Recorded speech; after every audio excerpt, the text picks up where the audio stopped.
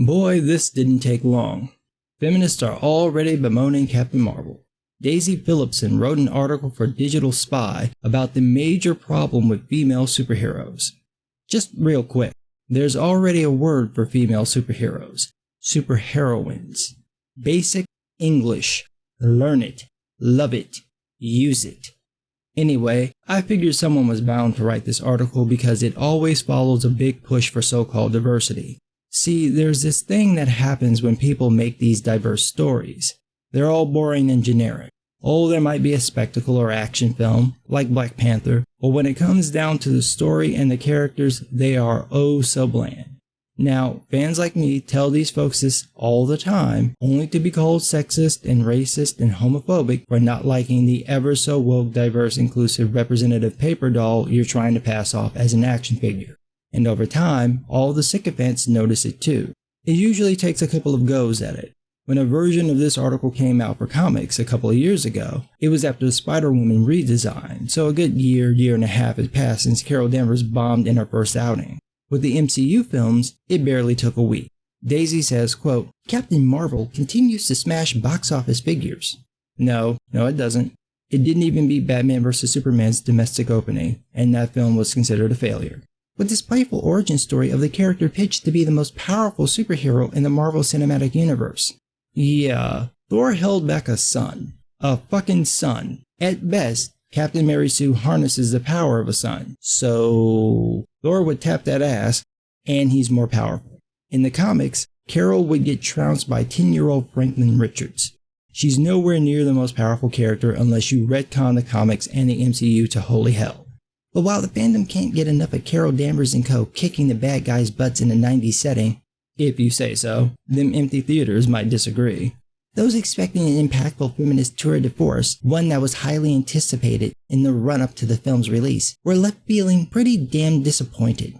This is a much more conventional superhero movie than a triumphant Black Panther. It's a shame that after such a long wait, that Captain Marvel doesn't feel more like the event that it should be, only dipping its toe into the pool of feminist rage when it could have dived deep. Well, that wasn't because of a lack of effort, Daisy. The feminist rage is there, in all its mouse-farting glory. What's there to rage about? Carol gets held back, Carol overcomes being held back, Carol wins the day. The end. Literally nothing bad happens to her, or any of the other female characters in the feminist-themed stories. The one time anyone tried to do it, Joss Whedon making Black Widow sterile, he got destroyed by feminists. So the only option left for female characters is what Daisy lays out, quote, They all started out as flawed characters, villains really, before realizing that they were fighting for the bad guys, moving over to the good side and subsequently fitting into the powerful woman with hearts of gold trope. They're all super competent grown-ups fighting the good fight, and dare we say, a bit boring. The studios give us cookie-cutter cape wearers whose personalities are underdeveloped compared to their male counterparts. That's because you can't do anything to them. Daisy rattles off the heavy hitters from the MCU, and the reality is you can't have a female charismatic jerkface like Iron Man, or a pompous prince like Thor, or a brimming with unbridled rage monster like the Hulk. All those characters make mistakes. All those characters have to earn their hero status. The idea of a woman having to earn her status as a heroine is sexist. It's even sexist just to say it out loud. You can't have variety because the moment someone dares to bring it, up comes a feminist from the cushion of moist furballs to bitch and moan about this, that, and the other.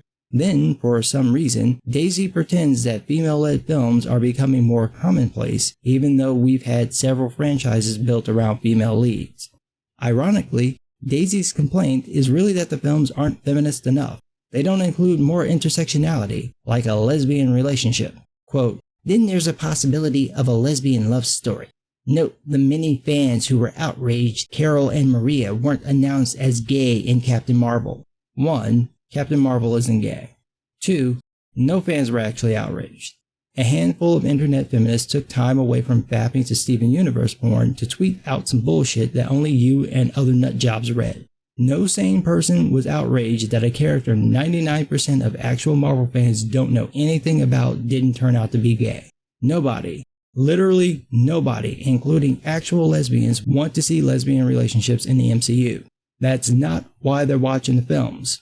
With this crazy lesbian nonsense and shit like this, With the Black Widow film on the horizon and murmurings of an all-female Marvel movie set for the future too, Captain Marvel marks the start of a diverse future for the MCU.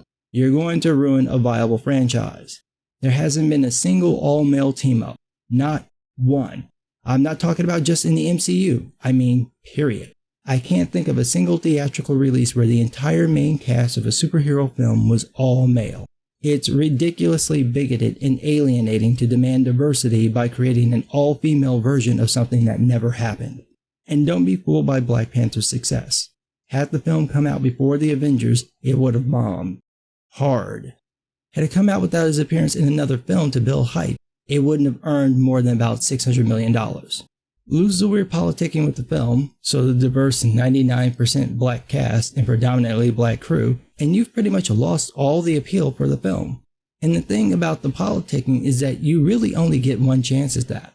Once the novelty wears off, now you actually have to prove you've got something to offer. And we've seen that when it comes to these woke films, you guys have nothing. Strip away the politics and your stories, if you can call them that, fall apart. Instead of worrying about bringing diversity, worry about telling good or at least interesting stories. That's what made this franchise work. If you start playing politics, you're going to wind up with boring characters flatter than Brie Larson's ass. But what do I know? I'm just some guy.